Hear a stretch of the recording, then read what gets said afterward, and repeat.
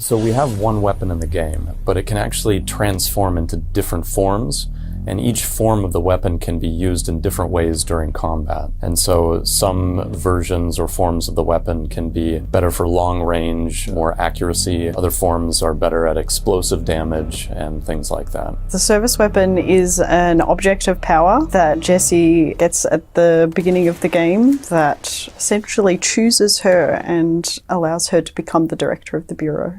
As she's coming to her role, she's gaining all these different weapon forms with her service weapon and also developing her abilities, so that gameplay is working at every point to reinforce that at the same time. Absolutely. So you can unlock a significant number of forms, but you can actively switch between any two forms at any given time during gameplay.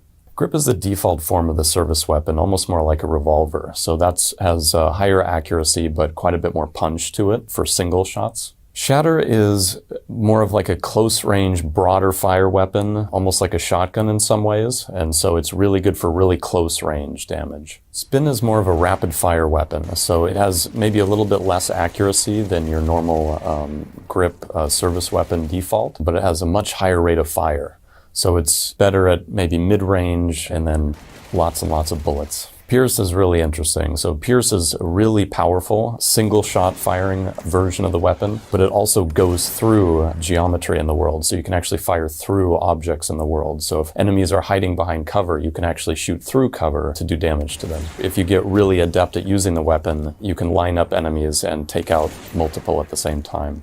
So with this weapon, since it is very much like an energy-oriented weapon, it actually expends energy as you use it. So there isn't traditional ammo as you might think of it in a normal weapon. What you have is more of like an energy bar which can drain as you use the weapon, and then you have to carefully balance using that with your abilities. So as your weapon begins to drain, you may want to hold off on firing while it recharges and then switch to your abilities. But one of the things we wanted to make sure of is that players can go very heavy with weapons if they want to. So depending on how you use your mods and which mods you use, you can go guns blazing all the time if you want to. You just may struggle in certain ways because of how we balance certain enemies against weapons versus abilities. So along with the different forms of the weapon, we have what we call mods currently. And mods you can slot into the different weapon forms to modify how they behave. So if I was to switch to my spin weapon form, which has the high rate of fire, but maybe it has slower reload speed on that weapon type, I can actually slot in a mod that increases my reload speed. So I can kind of tune and adjust the mods to my weapon form to change how I want to play with that particular weapon. And also, I guess, how you want to team that weapon with your abilities as well. Absolutely, yeah.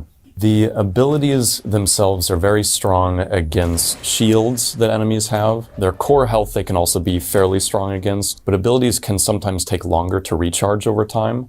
So they can kind of be seen as like a heavier, less frequent use. The weapons recharge a little bit faster, but they do a little bit less damage. So the weapons tend to be a little bit weaker against enemy shields, but stronger against the core enemy health. So by using my launch ability, I can immediately take down an enemy shield, and then I would want to switch to my service weapon to take them down in their health. The idea is that over time, the service weapon has served the director and has potentially been many types of weapons throughout its history and life. So at the moment, its current form is a pistol. Can you tell me how old the service weapon is?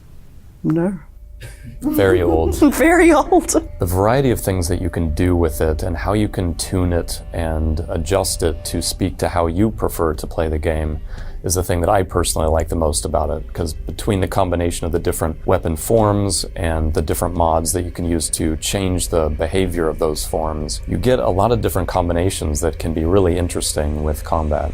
Narratively, it's unique. Because it's really important to the oldest house, and it's important to the Bureau, and it's important to the role of the director. The gameplay speaks to that as well by, you're not in the habit then of changing guns, you're in the habit of forming a bond, for want of a better word, with this one gun that you then modify to suit your gameplay style over time, which is lovely because it's a weapon that you're tailoring to yourself and the way that you would like to play the director.